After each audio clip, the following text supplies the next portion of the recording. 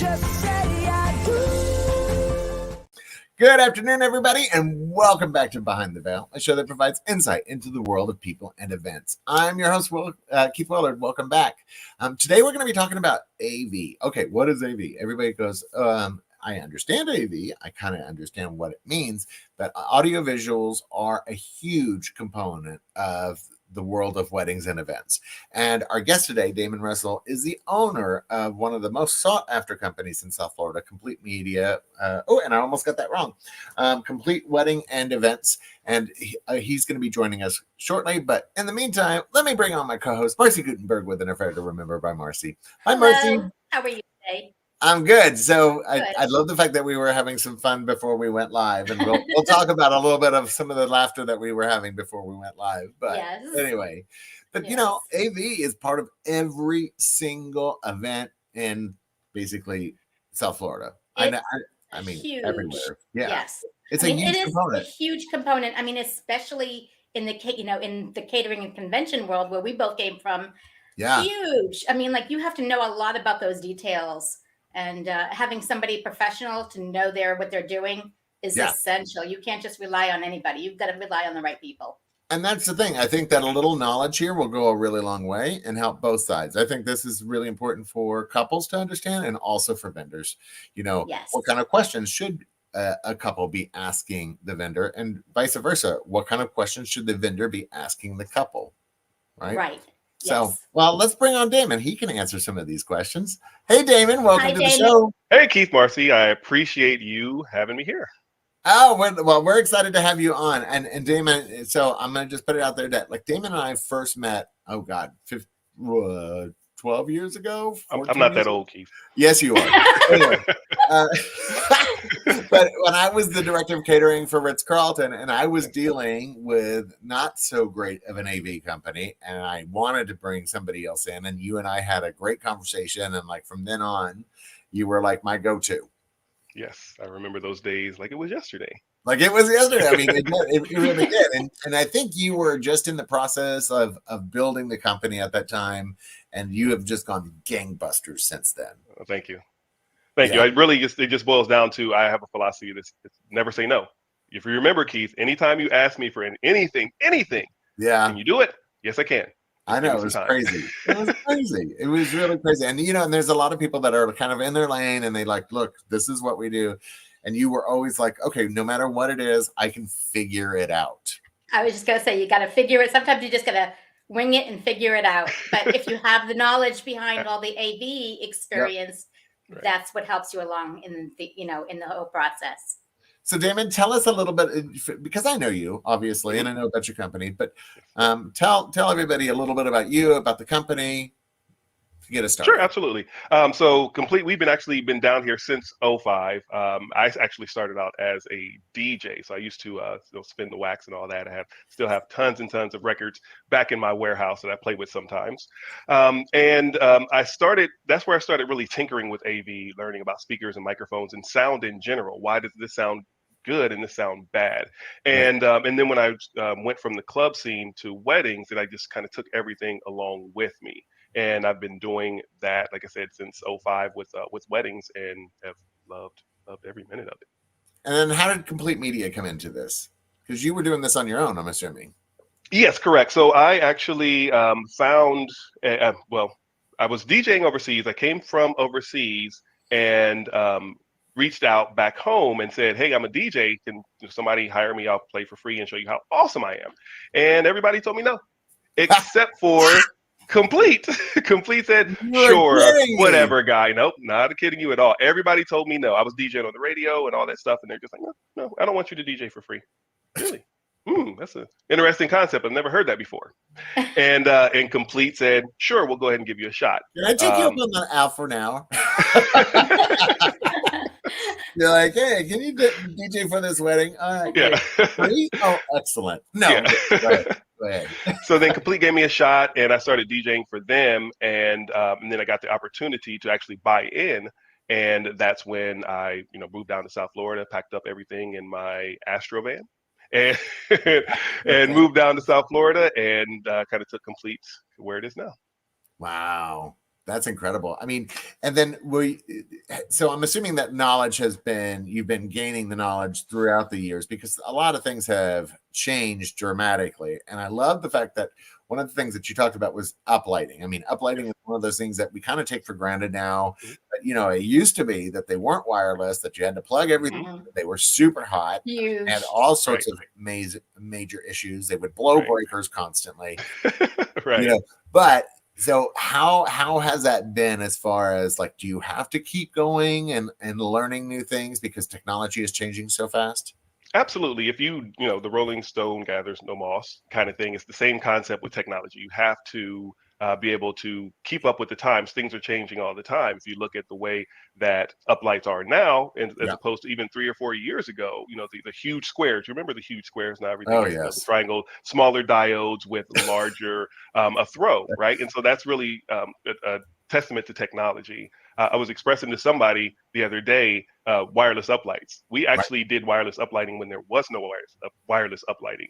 Yes. We got regular uplights and computer battery backups, and we used computer battery backups and plugged the lights into those. Set the lights on top of the backup. These huge brick, they were humongous. Like humongous, Yeah. but it was wireless, and we actually did it in Bimini, in the Bahamas. Wow. Wow. So you But that figured was like out how to do 07. That was wireless. 07 when we did this. So you figured out how to do wireless before there was wireless. Correct. I'm just saying. And you know why? Because somebody said, "Can you do wireless?" And I said, "I think we can." You're like, sure. Okay. Yeah. How the hell did we make this happen? Oh my God. Right. I was about to say clap on, clap off. Like, that's pretty wireless. Yeah. But no, I guess that probably would work. All right. But so when we talk about, and for couples that are out there, AV, audiovisual, is a huge amount of, like, a huge component of the event. I mean, audiovisual, that just says a lot. It's a big umbrella statement there. What is typically, when somebody is asking about AV, what does that usually encompass? Most of the time when a couple wants AV, it's going to be a screen and projector. That's going to be kind of the go-to. We need AV, we need screen and projector, or we need a speaker and a microphone. Sometimes it's a combination of all of those. But when someone says AV coming into a wedding, those are what they're typically talking about. Wow. Okay. And so is then uplight a separate conversation, or is that also considered audiovisual? Technically, it's considered audiovisual, but uplighting is considered lighting now. It's its own category. As you know, Keith, and Marcy, all the events that you guys take care of, lighting is its own entity. So it's not necessarily the audiovisual side like it used to be. So when people say AV, typically lighting is then something separate. They'll even say, "I want AV and lighting," is typically what we hear. Oh, gotcha. And then what are, like, and when a couple is, like, let's say, I'm not going to bring up any specific hotels, contrary to my reputation on this show. But there have been hotels that I've worked at before where, let's say that the electrical system wasn't so great, right? And and when we ask the couple, it's like, is there plenty of power in the ballroom? They're like, yes, absolutely. There were outlets everywhere. Everywhere, right? Everywhere. And then you get there the day of, and then there are no outlets. And then somebody says, oh, well, let's do a power drop. Explain what a power drop is to couples, to people. Absolutely. First, I want to go back, Keith. Just because there are outlets all over the ballroom, that really only means there are outlets all over the ballroom. Every outlet could be on the same breaker. So you have 100 outlets and everybody plugs in whatever, an iron in there. And then all of a sudden the breaker pops and the DJ is silent. So I want to talk about that first. And so a power drop is dedicated power. It is something that the hotel, especially some of the larger branded hotels, would have a dedicated line specifically for a band to plug in. A band typically doesn't want to plug into a wall outlet because they draw a lot of power. The same thing if you're doing a lot of even some of the larger DJ setups. So the power drop is a separate line that nobody else plugs into. It actually runs directly from like a closet or from the wall into a box that has outlets that you can just plug in separate from everything else. So it kind of safeguards the idea that, you pop a breaker type of thing. Correct. Right. Correct. Okay, And if you do pop a breaker, then literally the breaker's right there at the power drop, versus I'm sure at some of the hotels you've been where you pop a breaker and then, oh my God, it takes 45 minutes to find engineering. And then engineering has to go find this breaker and figure out which one popped. And by then the wedding's over, right? I actually had an instance where they popped a breaker and it was behind an installed mirror. And nobody knew it. You're kidding me. No, it was. Oh my gosh. It was a nightmare. We were running extension cords from the hallway. It was unbelievable trying to figure out where this breaker was. But yeah, I guess I had never had popped a breaker before. Well, there goes mine. But and then with the power, I think that a lot of people don't understand that there are different types of power, and there's such a thing as clean power for sound systems. Correct. Right, because I hear I remember doing this event ages ago for let me name drop here, Mark Cuban, and Nice. we had a really well-known singer that was coming in, and he refused to plug in his sound system into anything else that was also sharing that same electrical piece. Dirty power. Ooh, right, because it creates a buzz in the speaker. Right. Am I right on that? Right? Am I recalling that? Because it's been a few years since then. But, and ever since then, I've always been a little focused on making sure that if it's a big band, that they have their own source of power to ensure that buzz noise doesn't happen. Correct. Yes. We were talking about dirty power, and it's not always going to happen, but when it happens, then you just can't get that buzz out. You can't figure out what it is. So to have clean power, then the band knows that whatever is being plugged in there, really it's all about being grounded. It has the correct grounding. It has the correct isolation. If you plug in, a cell phone brick or something like that you just rig together and nobody knows about it, and then you plug in next to them, then you're going to get a buzz. It's going to sound, and it's only a problem when it's silent. When the band's rocking and rolling, no worry. Oh, sorry about that. Oh my God, I was like, my time is up. No, sorry, that was a technical Stop talking, David. That's when AV goes bad. I was like, what was that? Okay. Let me get back there.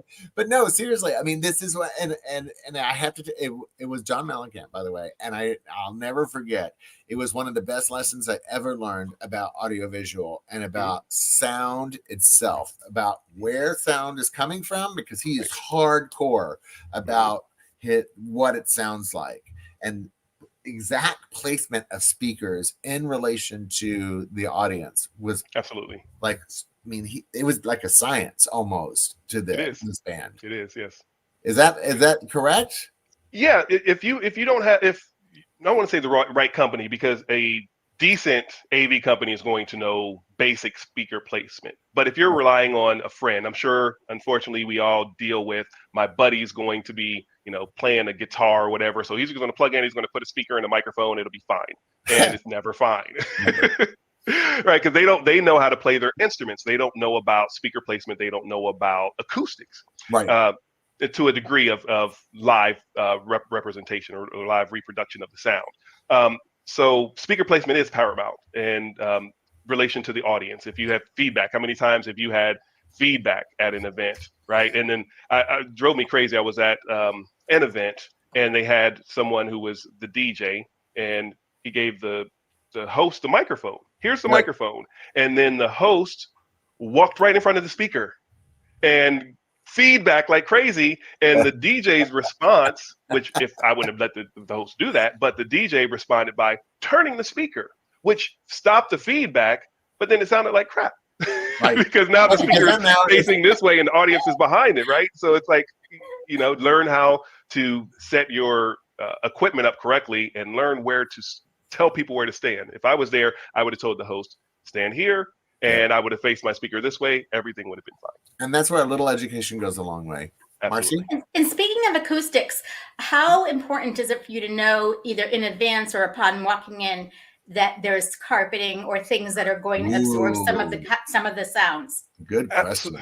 It's very important, and I would say the our understanding is typically when we go into a ballroom, then that's what we expect. And if there's not, so I don't think we ask the question about if there's going to be carpeting or not, Right. but we get a lot of gyms, right? And that's where it's like, oh my gosh, right? We already know going in there. Yeah, we get a lot of, just places where it's just the hardwood floors and all of that. But usually when we see a hotel, we know it's going to be carpeting that does help absorb the sound and stops the echo. Really, carpeting is best, having, these hard gyms and these solid concrete walls where the sound's just bouncing everywhere and reverbing. We actually have a school that hired us to do their pep rally.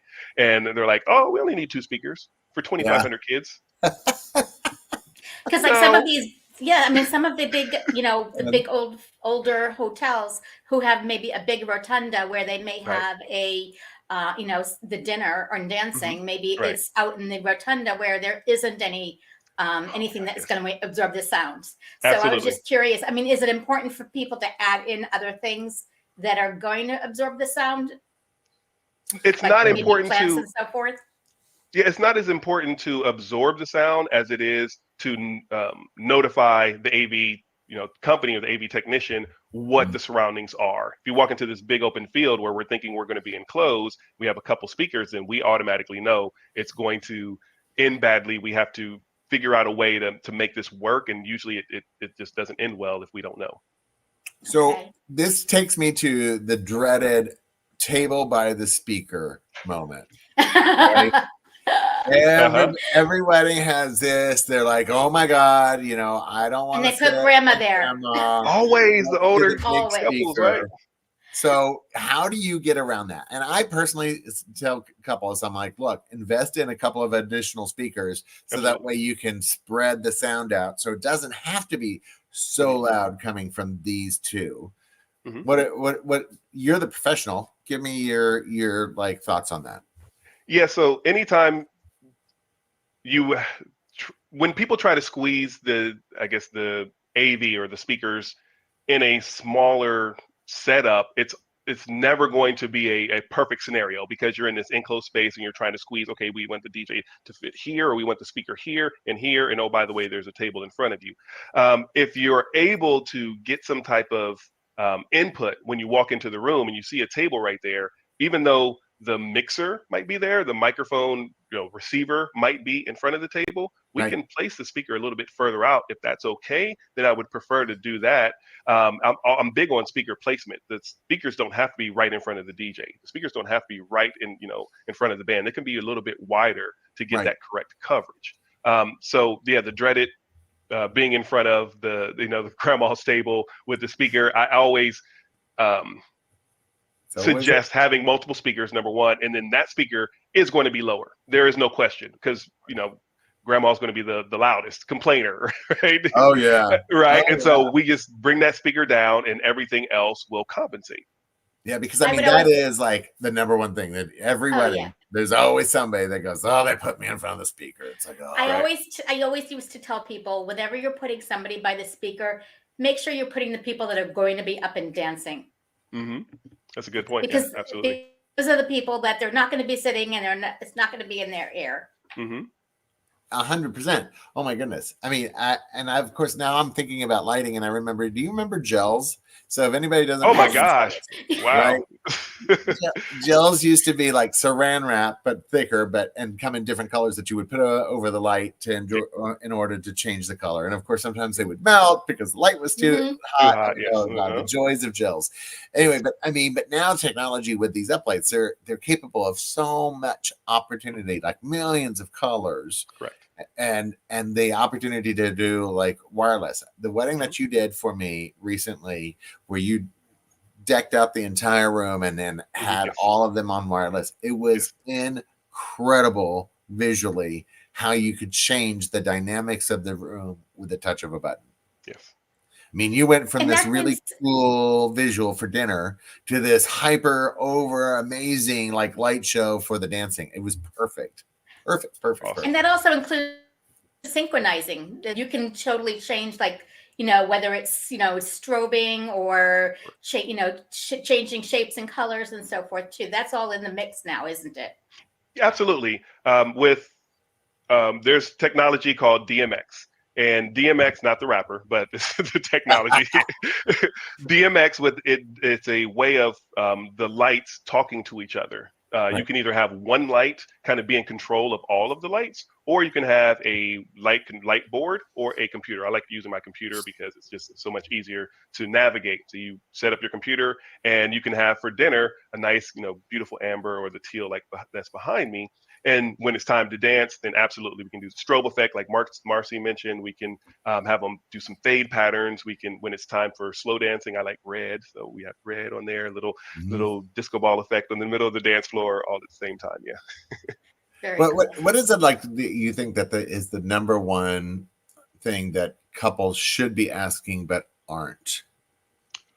One of the things that I think that couples should ask is about the power, where they're going to be located. Not how many power outlets are there, but is there power? If you're going to have an event on the terrace and you want to have lighting, you want to have sound, is there power out here? I'm planning on doing these things. Is there power here? So that's number one for me. Number two, it's not necessarily the question they should ask.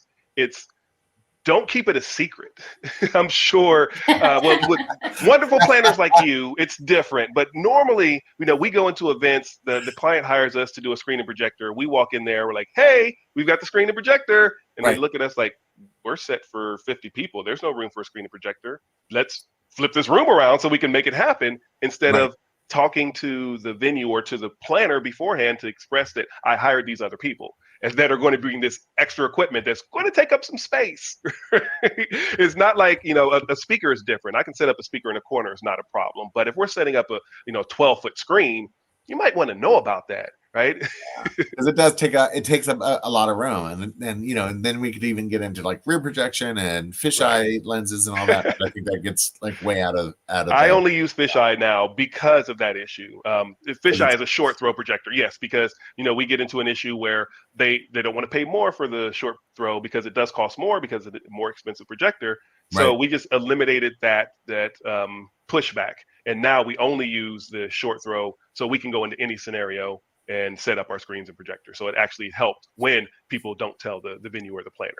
Has technology gotten cheaper, or has it become more expensive? Because that's one of the things is that obviously couples are always worried about the dollar, right? And so I find that education is a big component of what I do with the couple, especially when talking about costs and budgets and things like that.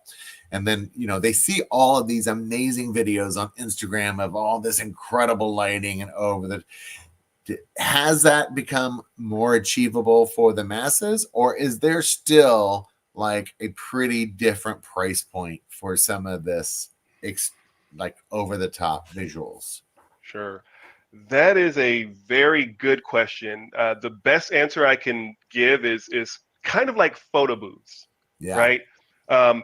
The barrier to entry for a photo booth now is a few $100s. So yes, anybody can do a photo booth and buy some props and show up. And let's be honest, a crappy photo booth when you see one, right? As soon as they walk in the door, it's like, what in the heck, right? So it's the same with lighting. Again, you can go to BrandsMart and buy a 65-inch TV for $300, and that might be good for your house that you're never going to move it. But if you're using it for AV, then it's going to have screens. The LEDs in it are going to start failing, and it's not going to be something that you're able to sustain. And same thing with lighting too. Lighting is cheaper, but there's no substitute for a good light. There's no substitute for a good HES light that may cost 5 times more, but it's never going to fail. How many times have you had a AV company or lighting company bring in lights, and then halfway through their event, the wireless lights died? It's supposed to last 12 hours, but for some reason it only lasted 3. Don't know why. Well, because you bought the wrong stuff. Right. And I agree with that 100%, because, I actually bought uplights because I got really tired of couples, not wanting to go for uplights and needing something, but needing uplights, right? Yeah. Yeah. And it's minor, like it's small amounts. It's not meant to be like, fill a ballroom type of thing. That's your job. That's not mine. But I think that a lot of people underestimate the power that lighting has on an event. It can change everything in an instant. You can take Agree. something ugly and make it gorgeous with a flip of a light switch. Why do you think I have a light behind me? Right? I mean, that's what I'm saying. It's like I think it is the most undervalued piece in wedding planning so far. You know, people understand cake, they understand linens, they understand chairs, they understand florals, Right. but I don't think that they always understand lighting and understanding the difference between a space during the daytime and a space at nighttime. Mhm. They are very different. Agreed. Is that something that that you feel like, is that part of your conversation with the couple? It's like, let's look at this as an evening event after the sun goes down type of moment. That is actually a very good way of approaching it. We never spoke about it. It's just like any part of the wedding. If they're dead set against it, there's nothing that you're going to say to change their mind. Right. But when they have a little bit of an inkling and let me know more, and let's talk about how this is going to affect my event, then absolutely showing them the room. I always do before and afters. I have before and after photos when we're talking about lighting, so you can see, this is the ballroom, and this is the ballroom with lighting. This is the ballroom with a gobo, right? And so that's what we try to do when they're interested. If they're not, you're not going to sell them on lighting because they don't see the value regardless of what you bring. Wow, interesting. And then how important is it to have like one vendor? So when it comes to Sorry, you first. No, I was going to ask about the ceremony. So when it comes to the ceremony, Good. there is a factor of the sound and there is a factor of the lighting. So a couple of questions regarding the sound. Are people still miking up like a lot of times you would mic up a groom with a wireless lavalier? And are they still doing that? Or is there something else that has come into the mix? Because it's been some time since I've worked in that area. No worries.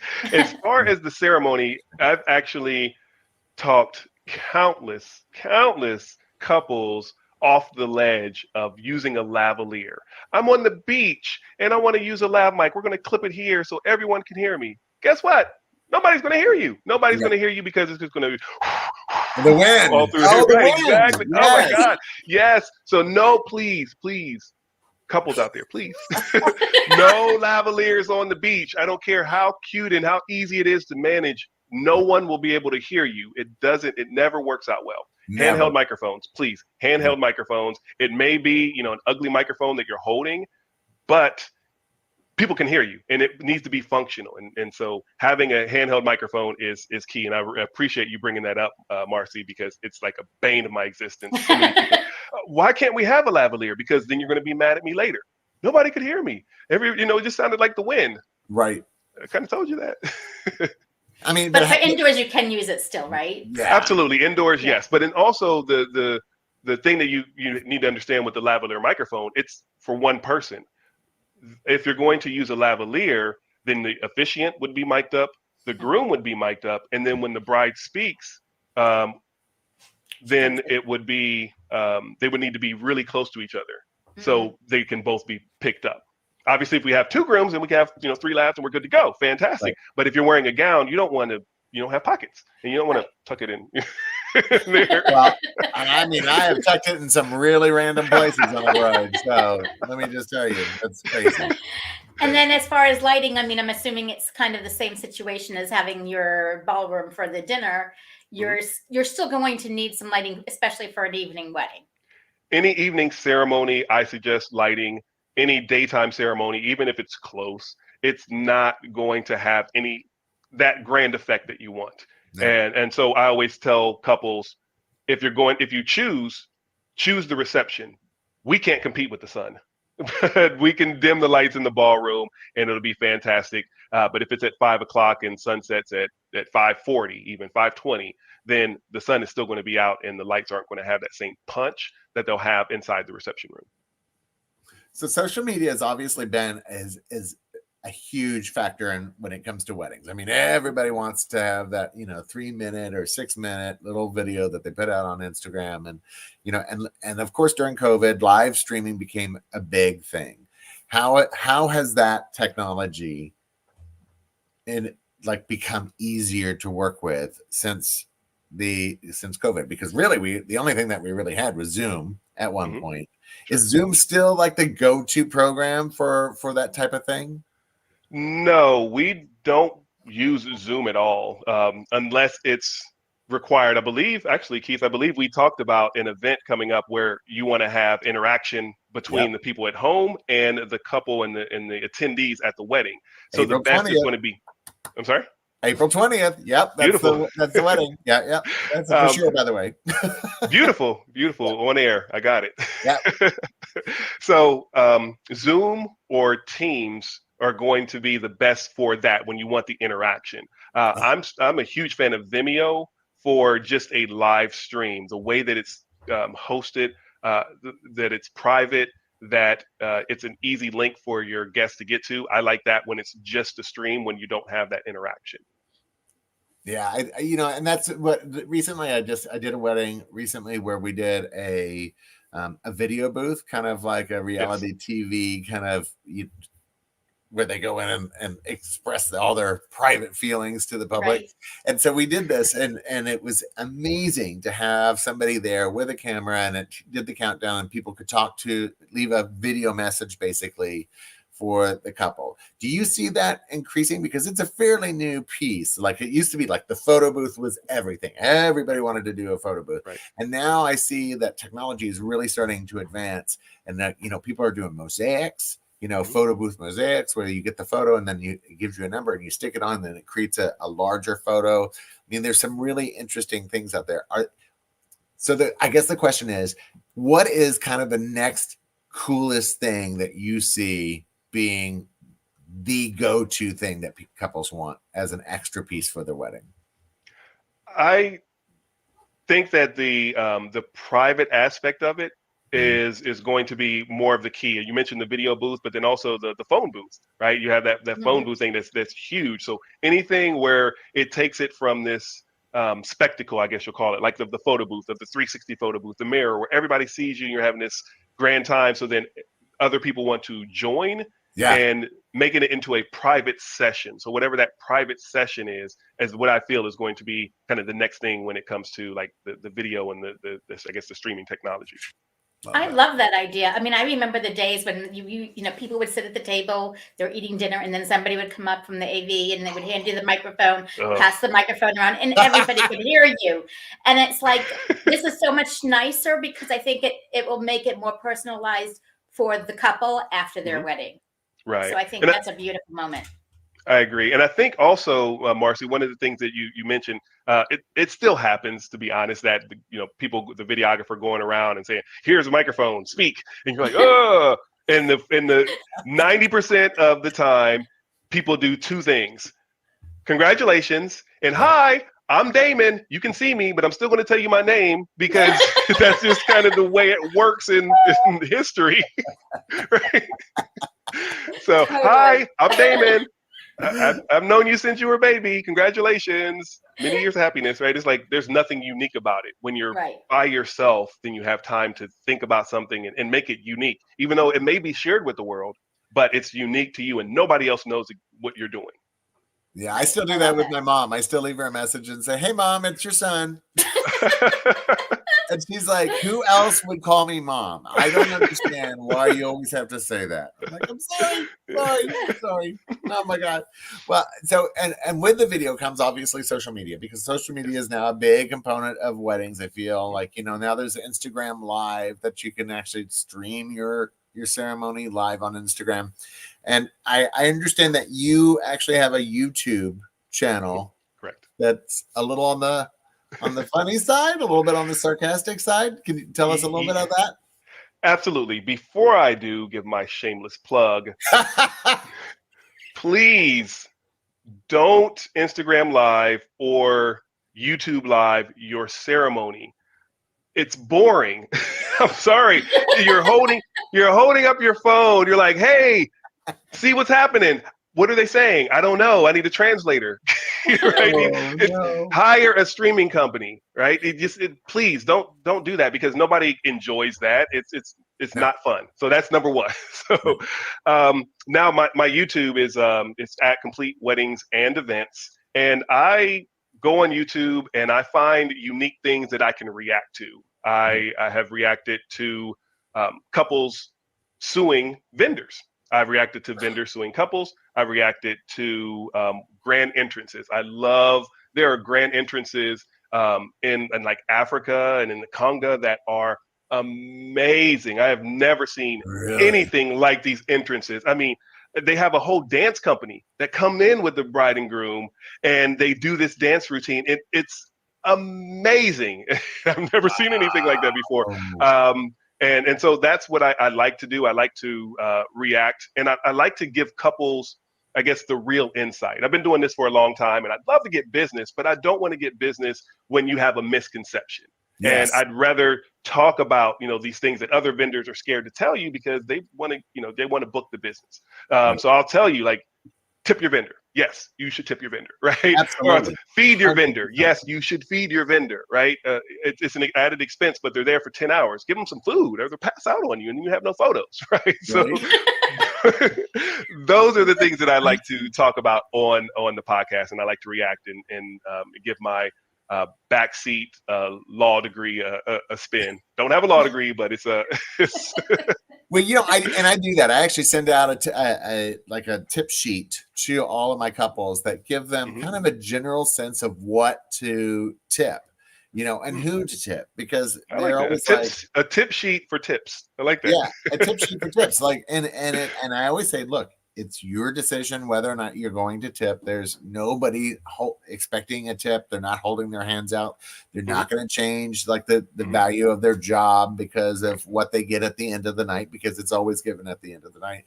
But if you decide, here are some typical amounts, right? They need guidance. And I think that's one of the things that we in the wedding industry need to become better about is really educating our couples and not blowing smoke up their ass, right? I'm just like, that whole sugarcoating thing just drives me crazy.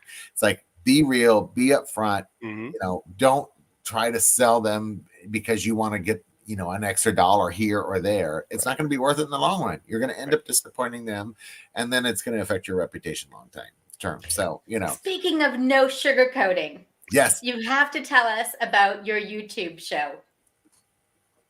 Oh, that's even a more in-depth view. Well, we just talked about it.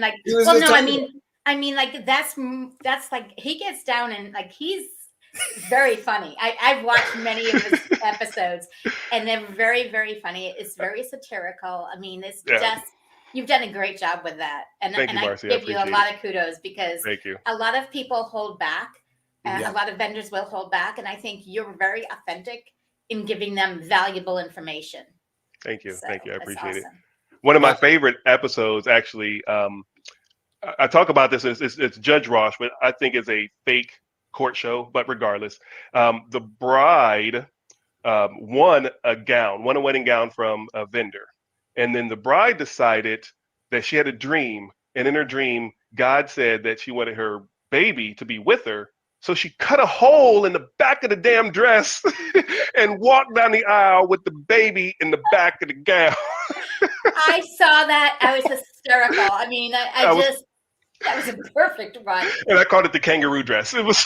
Oh my gosh. My God. People are weird. My But it boils down to, Keith, again, I'm not a lawyer, but it boils down to, she won the gown. The vendor was upset that she altered the gown, but there's nothing you can do because you didn't put it in your contract that you can't alter my gown. So why are we here in court, right? And so that's what, like, the vendors, you need to be real about your contract. What do your contracts say that can protect you? And the same thing with the clients. Do you have a contract? Get a contract signed, because if you don't, then it's just, your word against theirs. Well, and that's at the end of the day, our job is to help couples achieve their dream, but they need to do so based in reality. You got to know some of these things. And I'm going to just go back to, know your venue, know the power needs, know what the costs are going to be for adding additional power. If you're doing an event offsite, get a generator. Don't try to siphon off of a neighbor's house or the one outlet that the state park turns on when the overhead lights come on, and that happened to me once, actually. And it was very disturbing, because they're like, oh, well, when the street lights come on, the outlet starts to work. I'm like, okay, no, we can't test anything. What? Are you kidding? Anyway, so and then the other thing I just want to put out there, and this is just for me, by the way. So if you guys follow me on Instagram, you'll notice that there was just a random huge increase in followers. So they're all fake, and so I just want to like put it out all there fake, that like half fake. they're not mine. I did not go for them. I don't make any money off of Instagram, so I don't care. So we're trying to figure it out. We're trying to get rid of them, but it ended up being a big old sales scam. So, you know. I also want to point out, Yeah. you know, I think that one area that I think that couples scams forget we want to talk about. is- Yeah. is that they just need to be clear about what their true budget really is. I think a lot of times people are very guarded with the information, and they're actually doing themselves a disservice, because if they were honest and clear about it, then people can, you know, work within the budget. But when you're not being true to yourself and you're not being true to the person that's trying to help you, you're just spinning the wheels, and it's making your time longer. It's going to make more time, you know, your process is going to become longer for yourself. And I think that it's only a detriment versus helping your situation better. 100%. There are people out there, there are vendors out there at all different price points. And so all you're doing is just wasting time. Be honest about your budget. And then that way we can properly like guide you to the vendors that are going to be in that budget that will do the best job for that price point. Right. So, you know, don't be afraid to ask, or don't be afraid to say it. Unless you're at a wedding show at some random hotel out in the middle of nowhere, then don't talk about it, because yeah, that always freaks me out. The vendors there are like, yeah, here, we'll give you 25% off if you sign today. Ugh, Right. Don't do it. Don't sign today. Don't sign anything. Damon, again, thank you so much. If people wanted to get in touch with you or wanted to reach out to you, how do they do that? We've been running it on the screen below, but if you're listening to our podcast, like, you know, how do people reach out to you? Absolutely. So if you want to go to Instagram, it's complete MVP. Our website is completewedo.com/Fort Lauderdale. And of course, my YouTube, which I am spending a lot of time on there, that is Complete Weddings and Events on YouTube. And you'll see my beautiful face right there. So you can't And it's miss all it. spelled out. Complete Weddings and Events. All spelled out. Not the little ampersand, but actually and. Correct. So again, thank you so much. This has been like enlightening and fun and interesting. Damon. And you're always a hoot. I Love you both. I love working with you. Oh my God, you're just amazing. I guess we'll see you in April, right? Yeah. Well, yeah. Hopefully we'll see each other before We'll then. see Because before. you're sponsoring another event for me. I'm gonna say I got Yes, yeah, NACE in as well, February. yes. I was about to say. Absolutely. Anyway, so thank you guys, everybody, for tuning in and listening. We'll see you next Tuesday at 2:00. But for now, we're going to say goodbye.